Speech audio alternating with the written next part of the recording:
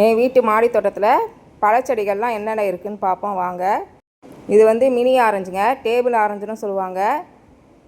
இது நிறையா காய் காய்ச்சிக்கிட்டே இருக்குங்க. அடுத்தடுத்து பூவும் விடும், நிறையா காயும் வந்துக்கிட்டே இருப்பாங்க. இது வந்து ஜூஸ் போட்டு குடித்தா ரொம்ப நல்லாயிருக்கும். அதுக்கப்புறம் இது வந்து பர்படாஸ் செடிங்க. நேற்றே காமிச்சிருக்கேன் இந்த பர்படாஸ் செடியை. இது வந்து கொஞ்சம் கட் பண்ணிட்டேன் இன்றைக்கி தான். கொப்பெல்லாம் நிறையா கட் பண்ணி விட்டேங்க. நிறையா பூ பூப்பாங்க, ஆனால் கொஞ்சம் தான் பழம் கொடுப்பாங்க. அதுக்கப்புறம் இவங்க வந்து எலுமிச்சை மரங்க. இவங்கள வச்சு 24 வருஷம் ஆச்சுங்க. விதை போட்டு வளர்த்தது தான். 4 வருஷம் கழித்து தான் எனக்கு எலுமிச்சை மரமே கிடச்சாங்க. அதுக்கப்புறம் தான் நிறையா போக போக காய்க்க ஆரம்பிச்சிக்கிட்டே இருந்துட்டாங்க. நான் கடையில் வாங்குறதே கிடையாது இந்த எலுமிச்சை பழத்தை. அதுக்கப்புறம் இது வந்து ஸ்டார் ஃப்ரூட்டுங்க. 1 வருஷம் ஆச்சுங்க வச்சு, ஆனால் இன்னும் காய்க்கலை. இனிமேல் தான் பூ விடுவாங்க. போன தடவை பூ விட்டாங்க, ஆனால் எல்லாம் உதிர்ந்து போச்சு. அதுக்கப்புறம் இது வந்து வாழை மரங்க. இந்த வாழை மரம் வச்சு ஒரு தடவை தான் காய்ச்சுது. ஒரு 6 பழம் எடுத்தேன். அதுக்கப்புறம் இன்னும் காய்க்கலை. அதுக்கப்புறம் இது வந்து மல்பெரியும் நல்லா அடிக்கடி எனக்கு பழம் கொடுத்துக்கிட்டே இருப்பாங்க. அதுக்கப்புறம் இது வந்து நாகப்பழ மரங்க. இந்த நாகப்பழ மரம் வச்சு வருஷக்கணக்கு தெரியல, ஆனால் ஒரு 6-7 வருஷம் இருக்கும். இன்னும் காய்க்க ஆரம்பிக்கலைங்க. இவங்களையும் விதை போட்டு வளர்த்தது தான். இது வந்து சீத்தாப்பழ செடி. இந்த சீத்தாப்பழம் வந்து வச்சு 7 வருஷம் ஆச்சு. ஒரு 5 தடவை அறுவடை பண்ணிட்டேங்க. அதுக்கப்புறம் இது வந்து அத்திப்பழம். இவங்களும் நல்லா அறுவடை பண்ணியிருக்கேன். இன்னும் காய் வைக்கலை, இப்போ தான் துளிர் விட்டு வராங்க.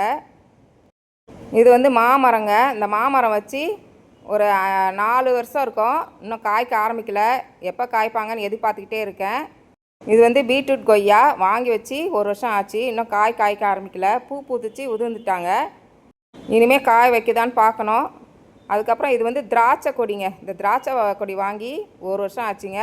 இப்போ தான் பூவே விட ஆரம்பிச்சிருக்காங்க. பன்னீர் திராட்சை பாருங்கள் எவ்வளோ அழகாக பூ விட்டுருக்காங்கன்னு. பார்ப்போம் காய் வருதான்னு.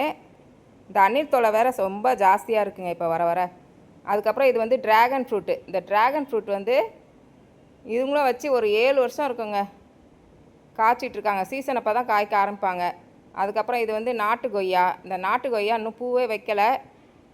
வாங்கி வச்சுருக்கேன். இப்போ தான் நல்லா துளிர் விட்டு நிறையா வந்துட்டுருக்காங்க. பார்ப்போம் எப்போ காய் வைக்கிறாங்கன்னு. அதுக்கப்புறம் இது வந்து சப்போட்டா மரங்க. வச்சு 2 வருஷம் இருக்கும்.